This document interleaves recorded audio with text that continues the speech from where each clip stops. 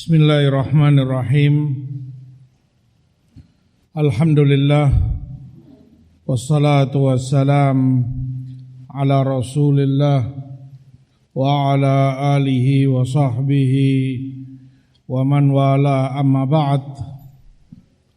Ikhwati fillah rahimani wa rahimakumullah. Melanjutkan kajian kita Adabul Mufrad karya Imam Abu Abdullah Muhammad bin Ismail Al-Bukhari rahimahullahu ta'ala.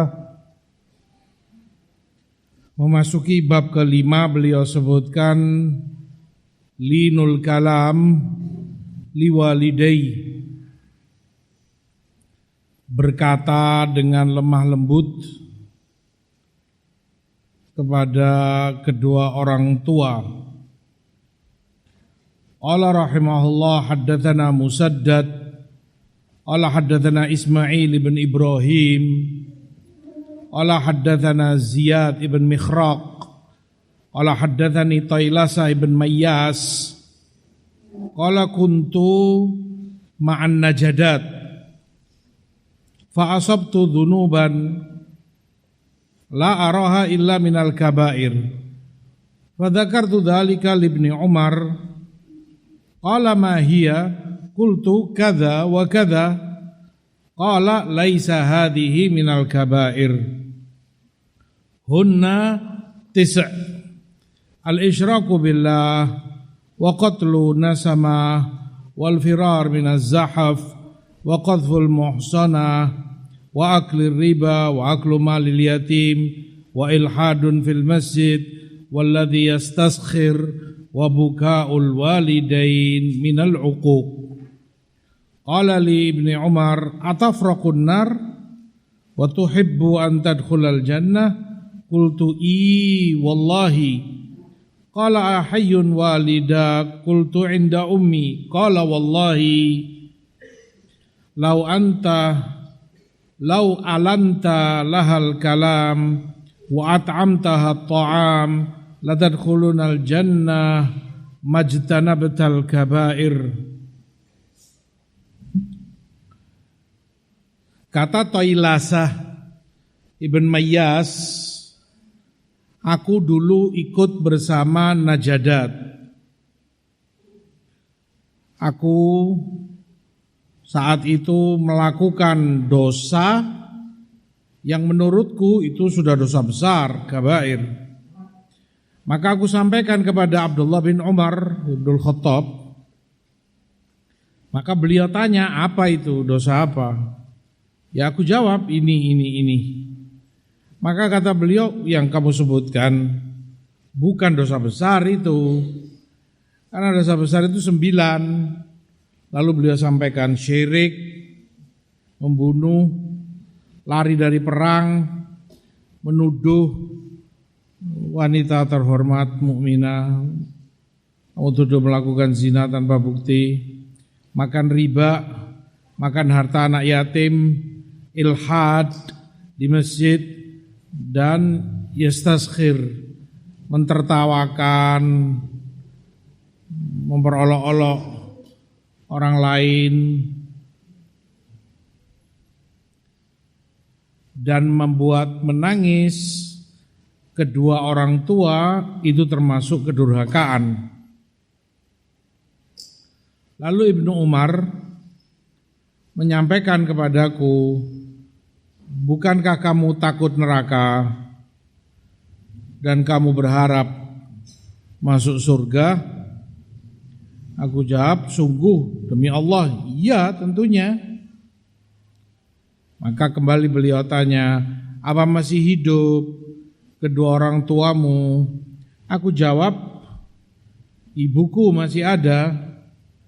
Maka beliau katakan kembali, demi Allah, kalau engkau berlemah lembut perkataan kepadanya, engkau beri dia makan, kamu akan masuk surga selama dosa-dosa besar telah kamu jauhi. Hadis Bukhari riwayatkan dari syekhnya Musaddad. Musaddad adalah Musaddad Ibn Musarhad Ibn Musarbal.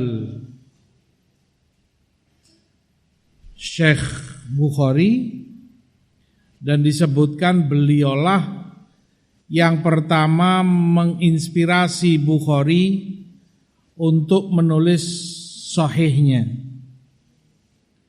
Beliau katakan, kalau saja engkau tulis, engkau bukukan hadis yang sahih-sahih saja dari Rasulullah SAW. Kata Bukhari, itu tertancap di hatiku, dan semenjak itu mulailah aku mengumpulkan hadis-hadis sahih.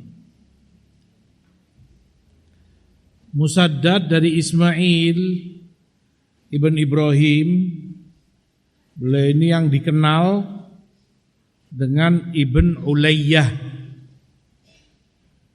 Ulayyah nama ibunya. Ya disebutkan beliau enggak ridho, ya marah mungkin, dinisbatkan ke ibunya. Tapi ya muhaditsin menyebutkan itu mimbabi ta'rif. Seperti yang antum tahu, salah satu ghibah yang diperbolehkan, ya walaupun orangnya enggak senang, tapi syariat memberi keringanan, dibolehkan li ta'rif, untuk pengenalan lebih spesifik. Karena Ismail rawi banyak sekali yang namanya Ismail. Ismail siapa? Ibn Ulayyah, ma'ruf sudah siapa beliau. Ya seperti kamu sebut, misalnya Ali, mau ketemu Ali, yang mana rumahnya Ali siapa? Di sini ada 10 Ali. Ali yang mana yang kamu maksud? Misalnya Ali itu hitam, yang lain enggak sehitam dia, hitam sekali Ali. Kamu katakan Ali yang hitam itu loh. Boleh, memang ghibah bentuknya. Dzikruka akhak bima yakrah, kamu sebut sesuatu yang dia enggak senang. Tapi karena enggak ada niat kamu menjelekkan dia, itu sekedar untuk pengenalan, ya dibolehkan.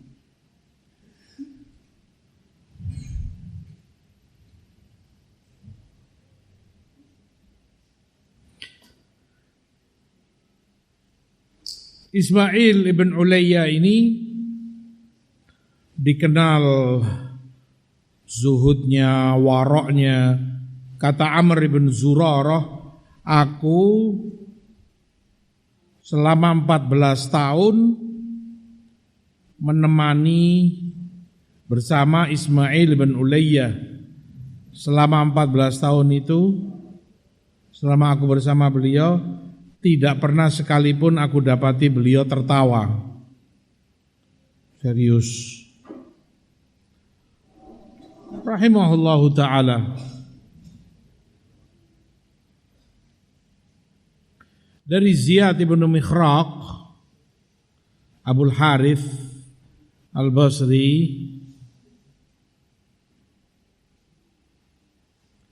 dari Tailasah Ibn Mayyas, beliau Nahdi.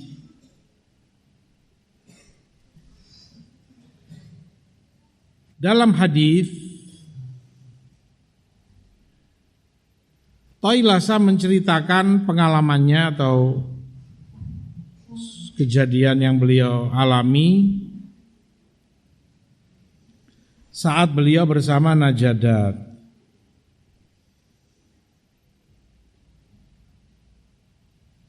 Najadat salah satu sekte sempalan atau pecahan dari Khawarij. Khawarij ini induk kelompok besar, kelompok sesat besar. Di dalamnya banyak pecahannya masihan, berpecah-pecah. Salah satunya ini, Najadat. Disebut demikian nisbat kepada imamnya. Nama imamnya Najdah ibn Amir. Najdah ibn Amir, maka kemudian dinisbatkan kepadanya Najdah, Najadat. Ini pengikutnya Najdah bin Amir. Dan kalau diamati memang kelompok bid'ah kadang salaf menisbatkan kepada kebid'ahannya. Ini seperti Khawarij, karena likhurujihim, karena mereka keluar dari pemerintah, dari ketaatan kepadanya. Murji'ah, ya karena mereka irja itu mengundurkan, mengeluarkan amalan dari iman. Qadariyah, karena mereka ingkari takdir, begitu. Terkadang dinisbatkan mereka kepada tempat di mana mereka berada atau muncul, seperti Haruriyah, juga kelompok Khawarij dari kota Harura, akan dinisbatkan Haruriyah.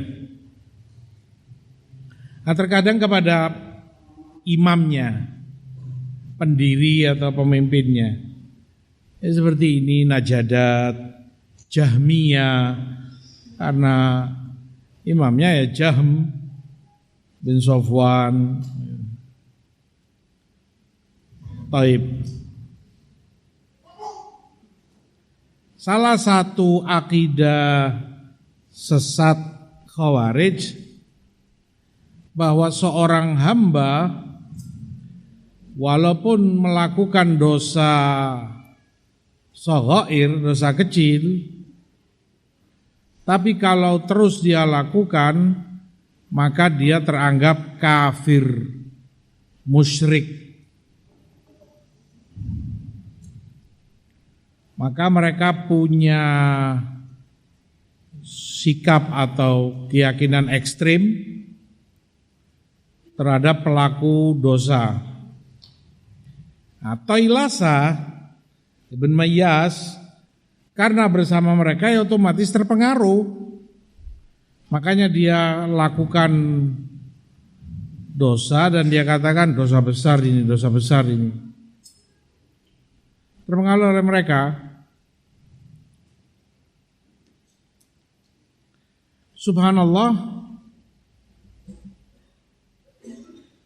Allah inginkan kebaikan bagi dia. Allah beri taufik bertemu dengan Abdullah bin Umar, masih hidup waktu itu. Maka dia sampaikan begini. Makanya oleh Ibnu Umar ditanya, apa memangnya? Ketika dia sebut Abdullah bin Umar, faham, alim, sahabi, bukan dosa besar itu yang kamu sebut. Dan itu manfaat bertemu dengan alim, orang terselamatkan karena dia menyangka sesuatu, menganggap sesuatu yang belum tentu benar. Alim itu yang akan membimbing dia, menjawab, memberi fatwa, sehingga dia terbimbing dengan ilmu, terarah.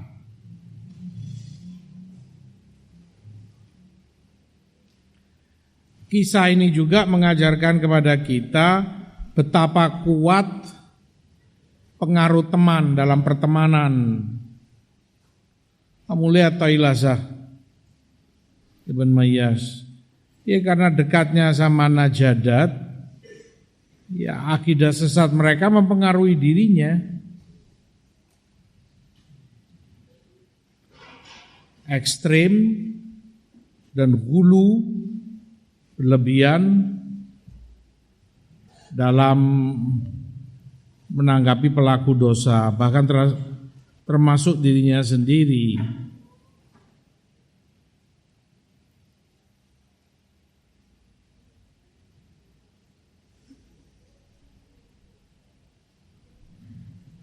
Di dalam hadis athar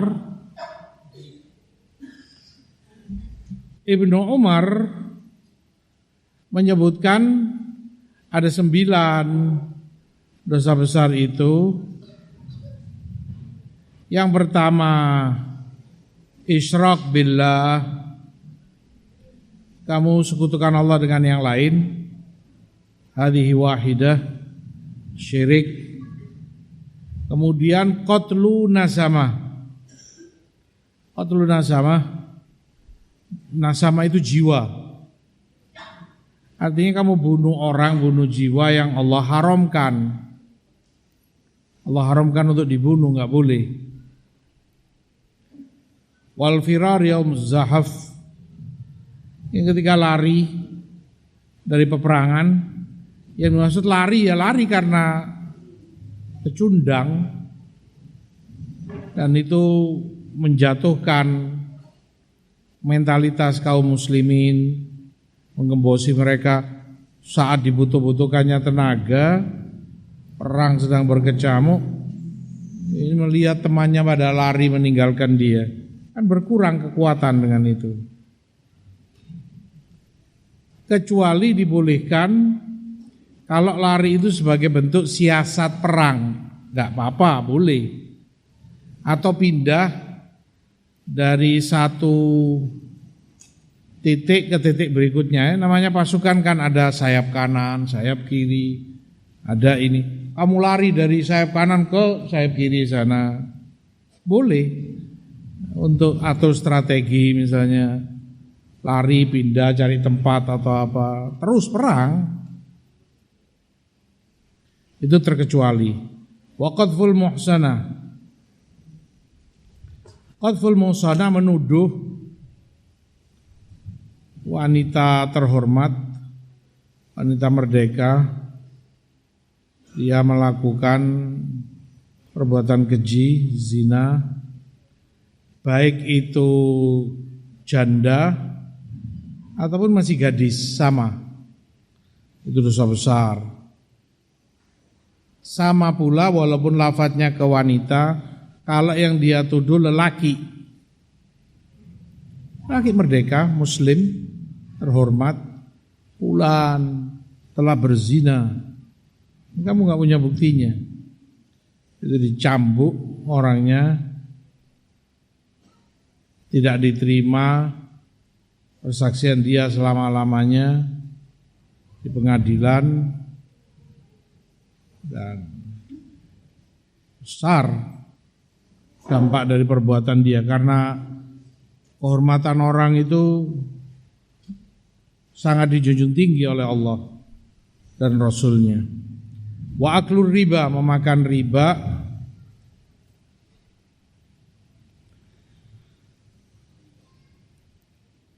Riba ma'ruf disebut makan karena itu yang sering digunakan, walaupun hukumnya umum. Kamu pakai pakaian, kamu gunakan untuk membangun, sama saja. Tapi disebut oleh Rasul makan karena seringnya ya untuk urusan makan, harta itu.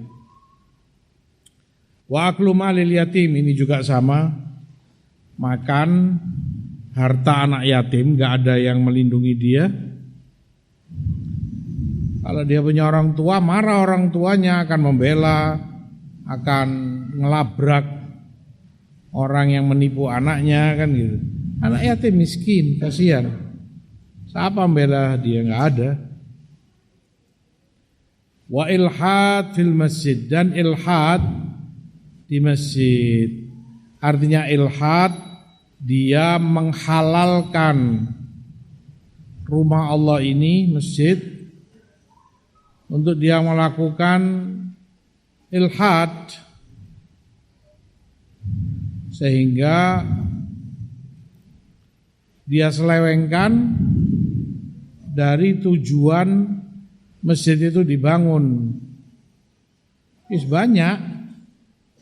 Na'udzubillah, misalnya masjid dibuat tempat untuk joget-joget, untuk bernyanyi-nyanyi, padahal bukan untuk itu masjid diciptakan.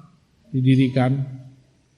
Maka itu ilhad di masjid. Walladzi yastaskhir, sukhriyah, meremehkan orang, merendahkan orang lain, ditertawakan, padahal belum tentu kamu lebih baik dari dia.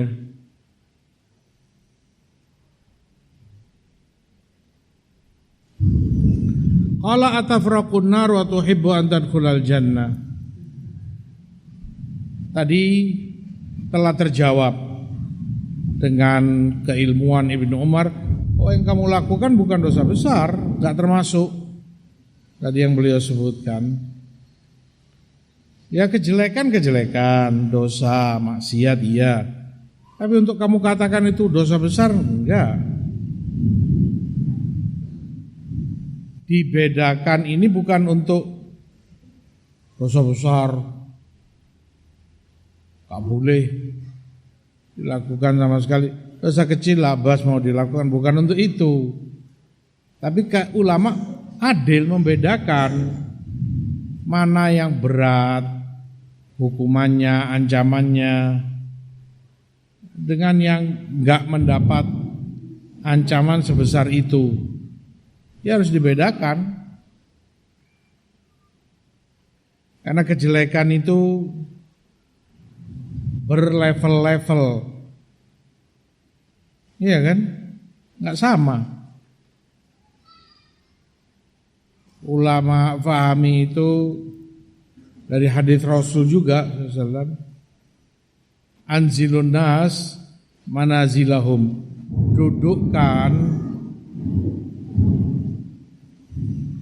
dudukkan orang itu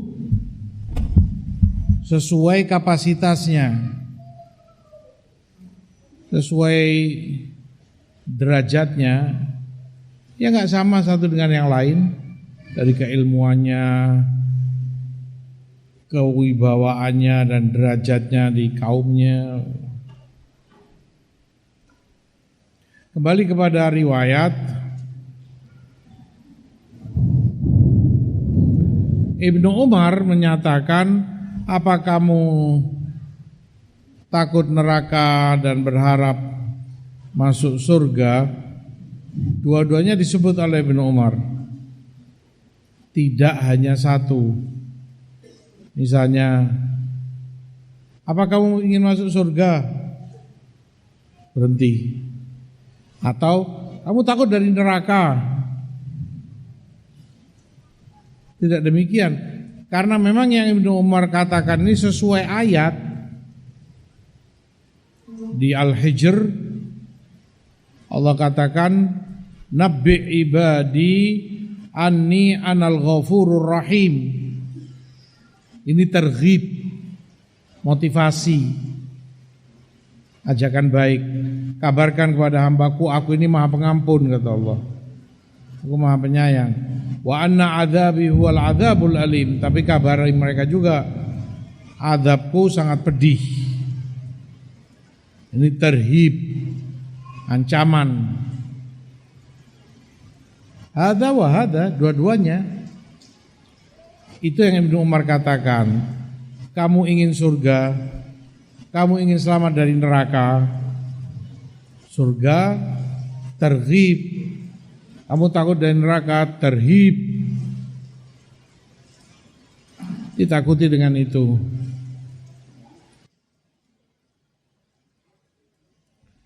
Wallah. Iya, kata dia, tentu. Lalu saat Rasul tanya, masih ada kedua orang tuamu? Dia bilang, ada sisa umiku. Maka di situ beliau katakan, wallahi lau alanta lahal kalam, kalau kamu lemah lembut bicara kepada beliau, wa at'amtaha ta'am, kamu beri dia makan, la tadkhuluna jannah, pasti kamu sungguh akan masuk surga. Di dalam ucapan Ibnu Umar Beliau katakan, kalau saja engkau berlemah lembut dalam bicara kepada ibumu, artinya dalam obrolan cari kata-kata paling lunak, jaga adabmu kepada kedua orang tuamu, sampaikan dengan penyampaian yang terbaik. Gak cukup hanya kosakata yang dipilih, tapi penyampaiannya juga penyampaian terbaik. Ini juga masuk alantalahal kalam. Yang keempat, kamu berbicara juga kepada kedua orang tuamu dengan bahasa penghormatan, bahasa yang dipilih. Artinya jangan kamu membentak, jangan kamu anggap ini murah sehingga kamu lakukan semena-mena. Mungkin dia bicara tapi dengan nada kasar atau ini. Ibu ini gak boleh, ibu ini begini. Lemah lembutlah dalam bicara kepada ibumu.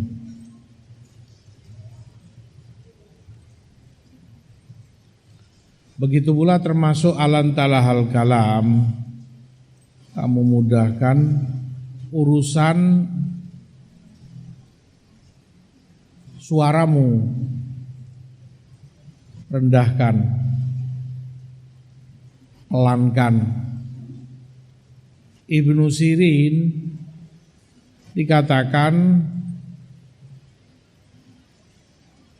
kalau bicara di orang tuanya seperti orang sakit, lirih sekali, pelan kali. Temanmu kalau sakit bagaimana? Kamu sendiri kalau sakit, kalau bicara kan serba pelan karena sakit. Iya, apa obatnya, mana, kan gitu. Nah, Ibnu Sirin kalau bicara seperti itu saat ada ibunya, orang yang gak kenal pasti akan menyangka Ibnu Sirin sedang sakit. Padahal bukan sakit, tapi menjaga adab kepada ibunya. Alantalahal kalam termasuk di dalamnya adalah doa. Ya, berdoa baik. Kamu doakan yang kamu tahu, atau termasuk juga di dalamnya kamu jangan keras apalagi kaku saat bicara dengan mereka. Kamu jaga semua itu. Alantalahal kalam.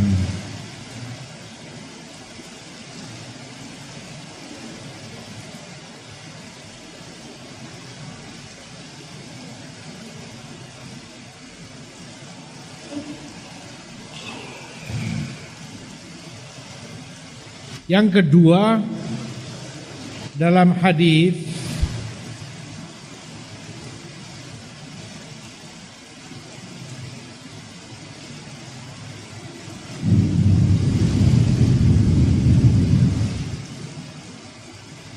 seperti yang Ibnu Umar katakan, itu paling diharapkan oleh orang tua dari anaknya. Karena orang tua seringnya, keumumannya gak butuh materi dari kamu, anaknya. Gak butuh uang, enggak. Kalaupun kamu beri, ya mungkin senang, namanya orang ya senang. Tapi gak akan sebanding dengan kesenangan mereka saat kamu menunjukkan hormat kepadanya, bakti. Termasuk saat kamu bicara, itu yang sangat menenangkan jiwanya dan membuat mereka bahagia sekali.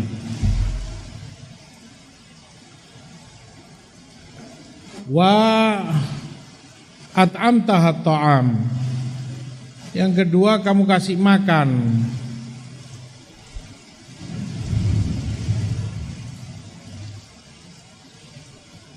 Karena itu termasuk yang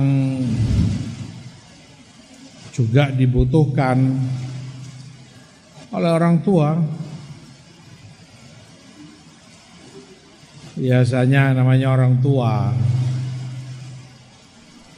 merasa tenang kalau bahan-bahan itu ada di rumah dia lihat. Misalnya ada gula 1 toples, tersisa itu dia sudah nggak tenang. Tolong belikan gula ini itu. Asal ada 1 kilo aja di plastik begitu dia tenang. Ada yang dijagakan, beras juga seperti itu. Seorang tua.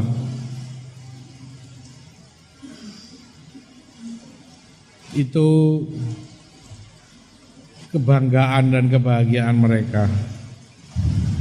Maka riwayat ini menunjukkan bahwa dosa besar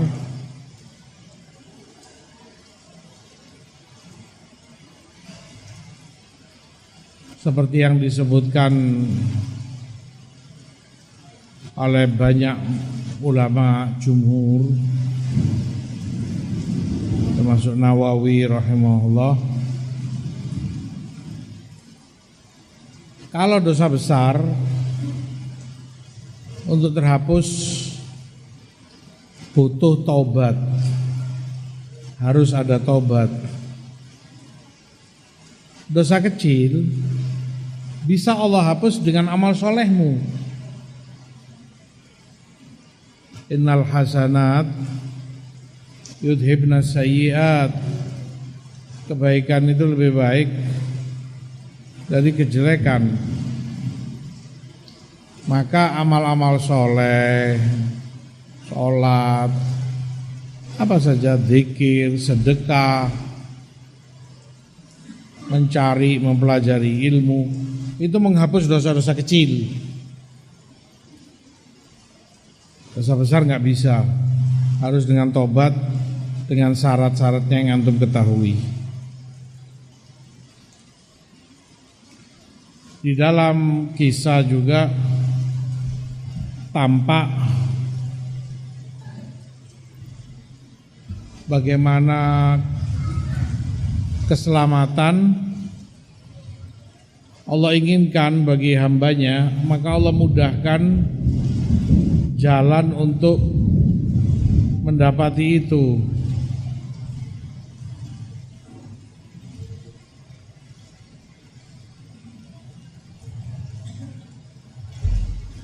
Ditemukan dengan seorang alim atau bertanya dengannya.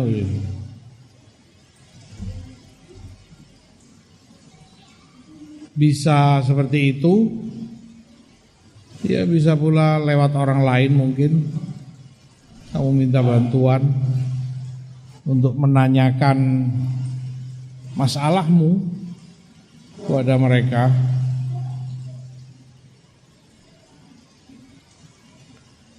Riwayat pula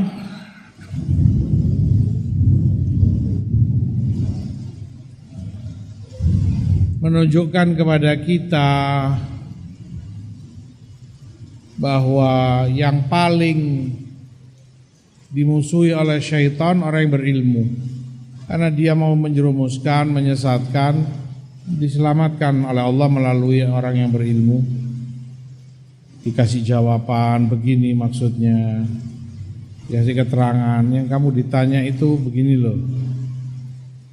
Sangat membantu sekali.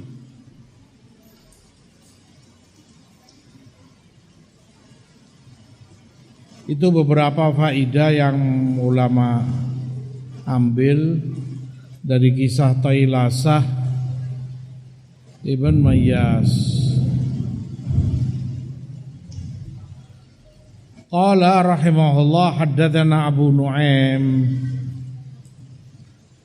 qala haddatsana Sufyan an Hisham bin Urwa an abihi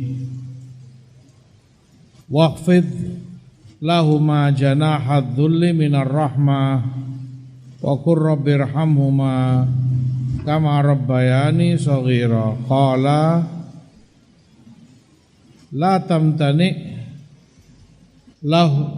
tamtani min syai' ahabbahu.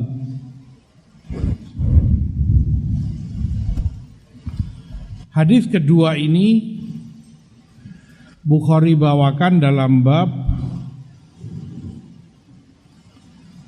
menafsirkan salah satu makna ayat. Karena ayat luas maknanya, kadang mereka tafsirkan dengan salah satu atau contoh dari bentuk penafsiran ayat. Ikhfad lahuma janahadzul minar rahmah. Tundukkan sayap kerendahan dari rahmatmu kepadanya. Ibarat burung kan, kalau mengepakkan sayap kelihatan besar sekali, kayak elang atau apa, gede sekali. Mungkin dari ujung ke ujung bisa 2 meter atau mungkin lebih. Tapi yang dimaksud tutup sayapmu. Ini menunjukkan tawadhu, merendah.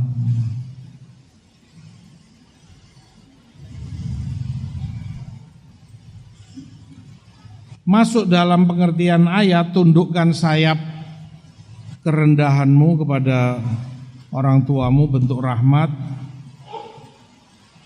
yang telah lalu sebelumnya. Berkata lemah lembut, bicara pelan, konten yang kamu pilih mana yang terbaik, tidak membuat tersinggung atau sakit hati orang tuamu. Termasuk ini, kamu tidak melarang, tidak menolak dari apapun yang mereka minta, yang mereka inginkan.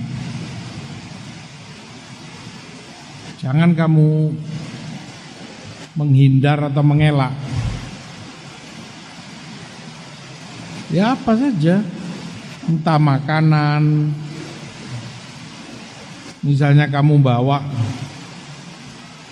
sate, kamu mau makan, kebetulan mampir ke orang tuamu, kok enak baunya misalnya, pingin aku kasihkan.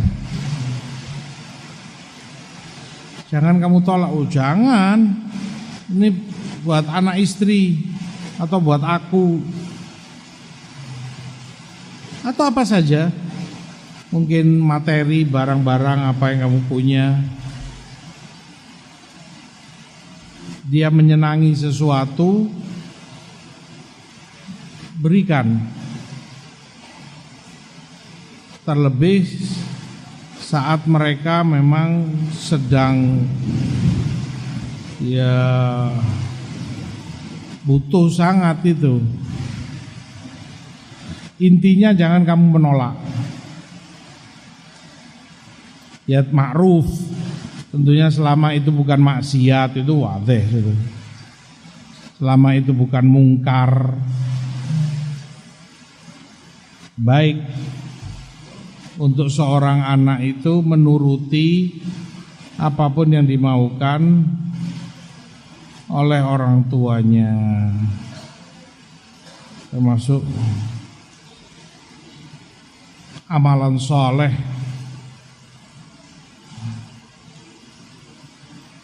yang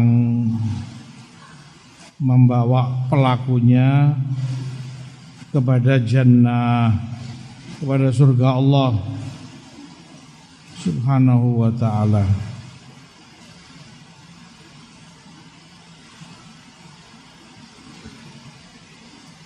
Tafsir ayat ini beliau bawakan dari jalan Urwah, Hisham dari ayahnya, Hisham bin Urwah bin Zubair bin Awam, termasuk ulama besar di zamannya. Sampai kata Zuhri, bahr la tukaddiruhu dila. Urwa itu keilmuannya bagaikan laut yang gak akan berkurang dengan kamu ambil satu gayung atau satu ember. Kamu pakai mandi misalnya 10 liter atau berapa, atau 20 liter, kamu ke pantai sana ngambil satu ember itu, apa yang kurang dari laut? Laut airnya segitu banyaknya, nggak teranggap yang kamu lakukan ini. Bahr la tukaddiruhu dila. Walaupun ada yang dia keluarkan tidak sedikit, tapi karena kemuliaan mereka nggak ada yang tersia-siakan. Menunjukkan keilmuan Urwah yang begitu besar, ilmuannya yang luar biasa.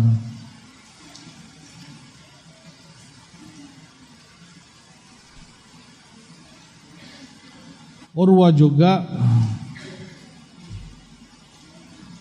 berguru lama kepada Aisyah Ummul Mukminin radhiyallahu taala anha. Makanya banyak menyerap ilmu Aisyah radhiyallahu taala anha wa ardhaha. Intinya tadi dalam bait, berusahalah untuk selalu menuruti apapun itu kemauan orang tuamu selama membuat dia senang.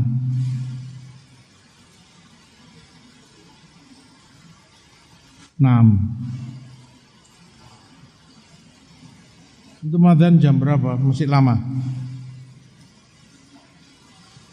Jam berapa adzannya? Hah? Jam berapa? Jam 6 tep. 6 pas. Hah? 6 kurang 10. Oh, 5 menit lagi. Iya, Ustaz Muad. Lah iya kurang 5 menit. Mau di stop atau bagaimana?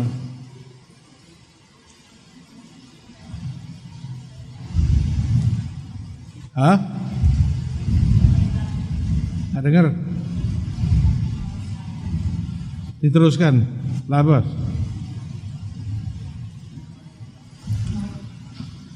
Qala rahimahullah bab jazaul walidain.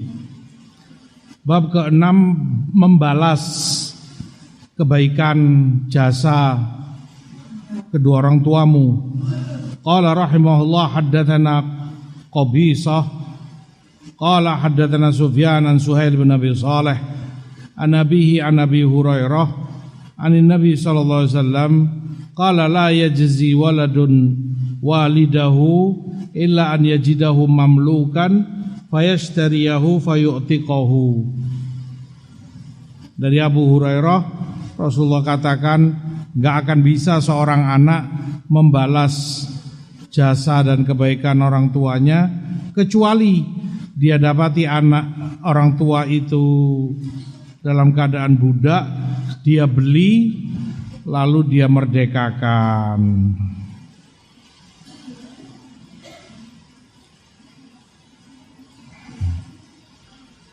Dalam hadis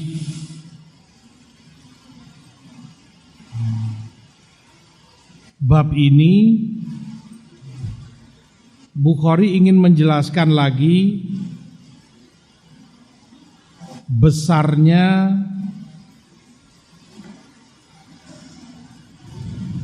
jasa orang tua kepada anaknya, sehingga beliau ingin menjelaskan seberapapun banyak, seberapapun besar kebaikan-kebaikan yang kamu berikan, itu enggak akan sebanding dengan jasa yang telah orang tuamu berikan kepadamu.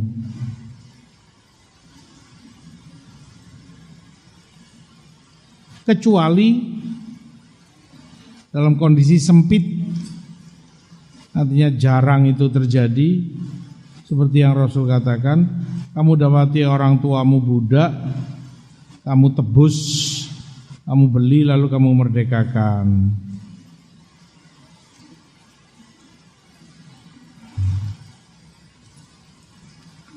Maka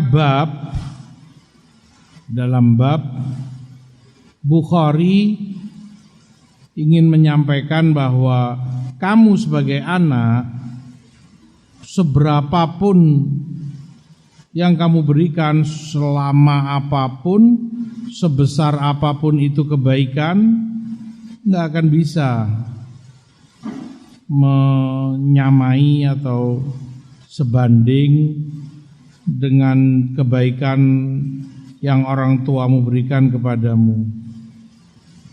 Tak bisa, terlalu besar jasa mereka.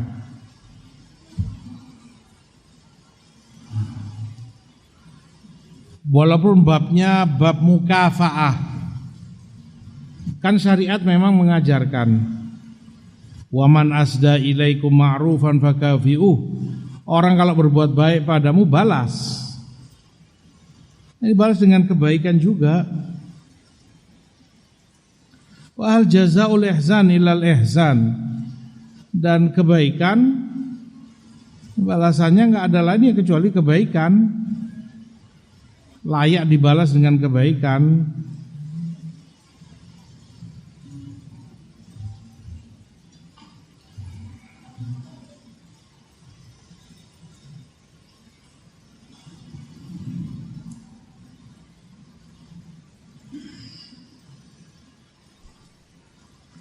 Dari hadis ini ulama salah satu yang mereka sebutkan, seorang anak misalnya mendapati orang tuanya sebagai budak di tangan orang, karena budak kan dijual belikan, ma'ruf, ada harganya. Lalu dia beli berapa ini sudah, misalnya taruhlah 10 juta, sudah dia beli 10 juta. Dengan dia beli,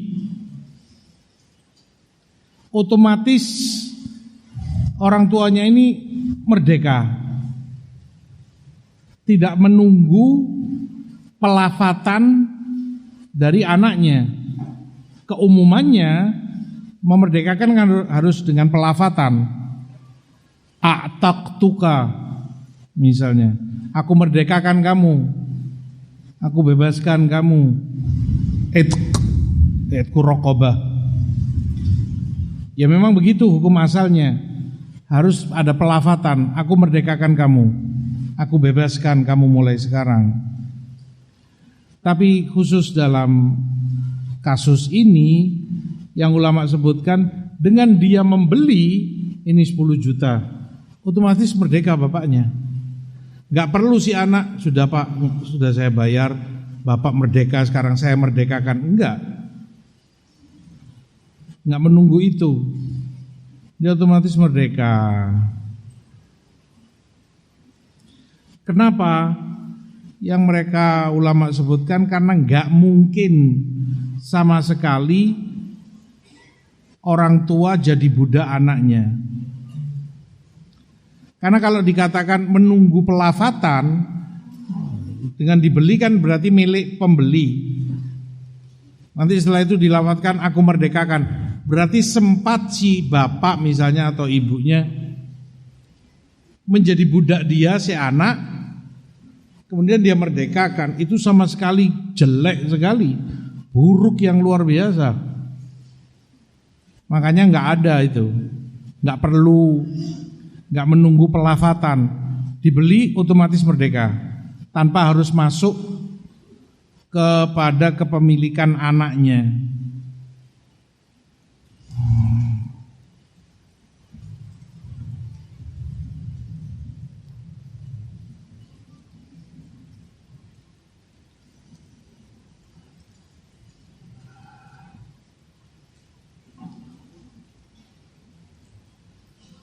Yang jelas anak gak akan bisa membalas budi dan jasa kepada orang tuanya. Makanya ulama katakan, kenapa orang tua tidak boleh dikisos ketika membunuh anaknya. Hukum kisos ada, ma'ruf. Tapi kalau naudzubillah misalnya terjadi orang tua membunuh anaknya, nggak boleh dikisos, dihukum mati. Karena si anak atau orang tua ini sebagai penyebab anaknya ada, sebagai sebab anaknya hidup, kan karena orang tuanya lahir dari bapak dan ibunya. Maka sangat tidak logis, sangat tidak masuk akal orang tua sebagai sebab anaknya hidup. Sekarang kalau misalnya ada kisos, berarti si anak menjadi sebab orang tuanya mati. Kan dia sebabnya dikisos. Seandainya ada kisos, itu kan nggak benar sama sekali. Di mana logikanya?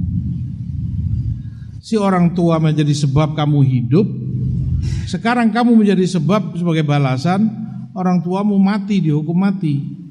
Nggak boleh.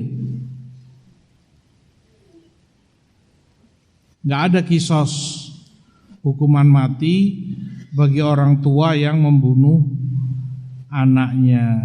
Ya mungkin ada hukuman lain, mungkin pemerintah misalnya apalah penjara atau apa, walhasil yang jelas tidak dihukum mati, tidak boleh.